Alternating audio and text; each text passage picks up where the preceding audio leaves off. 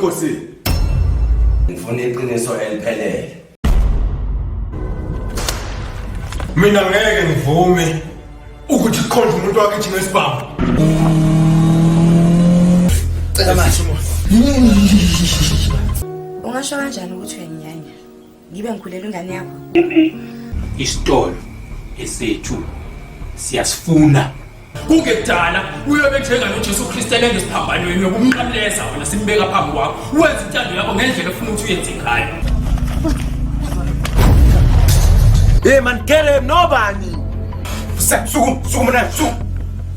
Lalela la. Zola umfowethu makho sonke. Mangenjalo ngisaphaza uthopho.